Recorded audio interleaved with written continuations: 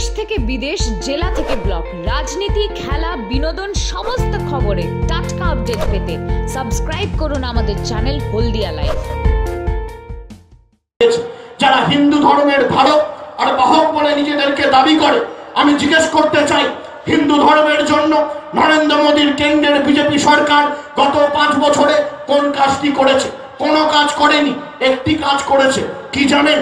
সেই কাজের নাম হচ্ছে নমামি গঙ্গে, মানে গঙ্গা পরিষ্কার করার অভিযান। তার দুর্নীতির পরিমাণ কত? 3000 কোটি টাকা। গঙ্গা পরিষ্কার করার নাম করে 3000 কোটি টাকার দুর্নীতি করেছে এই ভারতীয় জনতা পার্টির সরকার। আমরা সিপিএম এর মতো নাস্তিক নই, আর বিজেপির মতো ধর্ম বিক্রি করে আমাদের রাজনীতি করতে হয় না। মমতা বন্দ্যোপাধ্যায় আজকে হিন্দু ধর্মের জন্য যা করেছে, ভারতী বলছে রথ বার করব, একটা বিলাসবহুল বাস দিল্লি থেকে নিয়ে এসছে, গাধাকে দেখিয়ে ঘোড়া বলছে আর 7 স্টার বাসকে দেখিয়ে রথ বলছে। এই হয়ে গেছে দিলীপ ঘোষেদের দলের অবস্থা এবং নগ্ন রূপ। একটা বাস যার মধ্যে খাবারের জায়গা, ফুর্তি করার জায়গা।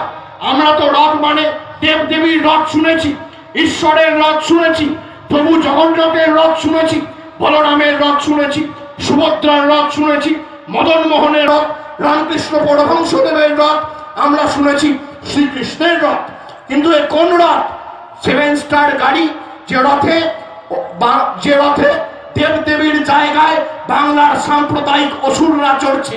এমন রথ যেখানে আনন্দ করা যাবে, ঘুমানো করা যাবে, ছাইপাস খাওয়া যাবে, ফুর্তি করা যাবে, মল মূত্র সব ত্যাগ করা যাবে। এ রথ কোন রথ? বাংলার মানুষ জানতে চাইছে। আমরা তো কোনোদিন রথে, আমরা তো ভগবান ছাড়া কাউকে দেখিনি। আর যারা রথে আজকে উঠে বাংলাকে অশান্ত করতে চাইছে, আমি বলবো বাংলার মানুষকে আপনাদের সংযত থাকতে হবে, আমাদের সতর্ক থাকতে হবে।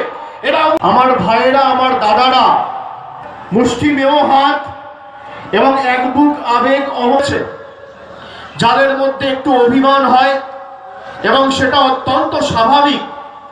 যারা পুরনো দিনের কর্মী, তাদের কিন্তু এই দলের প্রতি অধিকারটা অনেক বেশি, এটা সকলকে মাথায় রাখতে হবে।